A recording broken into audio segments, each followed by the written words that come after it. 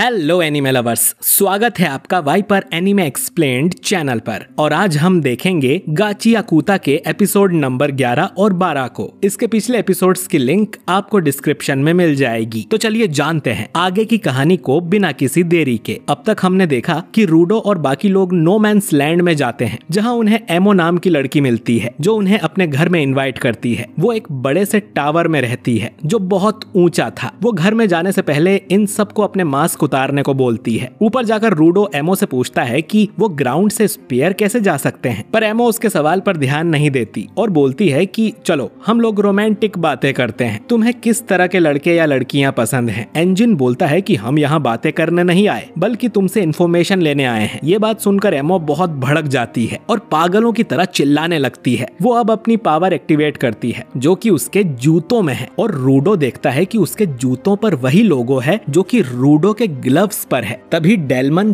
पीछे से एंजिन पर अटैक करता है जिससे एंजिन बेहोश हो जाता है। सब लोग समझ जाते हैं कि एमो किसी तरह डेलमन को कंट्रोल कर रही है। डेलमन इन सब से कहता है कि वो एमो से दूर रहे। डेलमन का वाइटल इंस्ट्रूमेंट पानी का पाइप है जिससे वो ग्राउंड में पौधे उगाने की कोशिश किया करता था। एमो का वाइटल इंस्ट्रूमेंट उसके जूते हैं जिनसे वो इस तरह की स्मेल निकालती है जिसे सूंघने पर लोग अपनी हैप्पी मेमोरीज में चले जाते हैं और उन्हें लगता है कि एमो उनकी कोई करीबी है जिसे उन्हें हर हाल में प्रोटेक्ट करना है। रूडो पर भी इसका असर होने लगता है। रियो डेलमन के पास जाती है तो वो उस पर भी वाटर अटैक कर देता है। जनका और टेम्सी समझ जाते हैं कि एमो सेंट का यूज कर सबको कंट्रोल कर रही है तो वो अपने मास्क वापस पहन लेते हैं। टेम्सी अब अपने वाइटल इंस्ट्रूमेंट का यूज कर डेलमन, रूडो, रियो और फोलो को बांध देता है। वो एमो को भी उल्टा लटका देता है लेकिन वो सब लोग उसकी पकड़ से छूटने की कोशिश कर रहे थे तो टेम्सी उन सबको टावर से नीचे फेंक देता है जिससे वो सब लगभग मारे जाते हैं। जनका को समझ नहीं आता कि टेम्सी ने ऐसा क्यों किया तो टेम्सी जनका को याद दिलाता है कि उन सब ने अपने ऊपर स्पेल कास्ट करवाया था कि एक बड़े अटैक से उन सब को कुछ नहीं होगा। अब वो सब लोग बिल्कुल ठीक थे। वहीं ऊपर एंजिन चुपके से एमो का एक जूता निकाल लेता है और सिर्फ एक जूते से एमो की पावर काम नहीं करती और सब लोग उसके कंट्रोल से बाहर आ जाते हैं। हैप्पी मेमोरीज से वापस रियल वर्ल्ड में आकर उन्हें बहुत बुरा लग रहा था। एमो अब फिर से बकबक करने लगती है तो रूडो उसके पास जाता है और उसे एक जोरदार मुक्का जड़ देता है। इसके बाद वो एमो की अच्छे से धुलाई भी करता है जिससे वो बेहोश हो जाती है। एंजिन रूडो को रोकते हुए कहता है कि वो हार चुकी है और वो एक लड़की है तो रूडो बोलता है कि लड़की है तो क्या हुआ, वो हम सबको मारने वाली थी तो उसकी जितनी धुलाई की जाए उतनी कम है। अब एंजिन बोलता है कि वो तो ठीक है पर अब हम उससे इन्फॉर्मेशन कैसे निकलवाएंगे, जो सुन रूडो को अपनी गलती का एहसास होता है। वहीं दूसरी तरफ हेडक्वार्टर्स में सैम्यू अपने बॉस को बताती है कि जब उसने रूडो के अंदर झांका था तो उसे अंधकार दिखाई दिया था। रूडो के अंदर एक कर्स है जो पूरी दुनिया को तबाह कर सकता है। इधर टॉमे एमो का इलाज कर उसे होश में लाती है और कहती है कि हम यहाँ तुमसे लड़ने नहीं आए थे और मुझे भी रोमांटिक बातें करना पसंद है। जो सुन एमियो बोलती है कि तुम मेरी माँ की तरह बात करती हो जो बहुत अच्छी थी। ये जूते भी एमो को उसकी माँ ने ही दिए थे और उसकी माँ ने एक एंजल को देखा था जो ग्राउंड से स्पेयर जा रहा था। जो सुन सब लोग चौंक जाते हैं कि कौन सा एंजल, और ये एपिसोड यहीं पर एंड हो जाता है। तो दोस्तों इन एपिसोड्स में बताने के लिए ज्यादा कुछ था नहीं। वीडियो अच्छा लगा हो तो इसे लाइक और शेयर कीजिए। कमेंट करके बताइए कि आपको ये एपिसोड कैसा लगा और अगर आप हमारे चैनल वाइपर एनिमे एक्सप्लेन्ड पर नए हैं तो हमारे चैनल को सब्सक्राइब करके बेल आइकन जरूर दबाइए। मैं मिलता हूँ आपसे बहुत ही जल्द अगले वीडियो के साथ। शुक्रिया।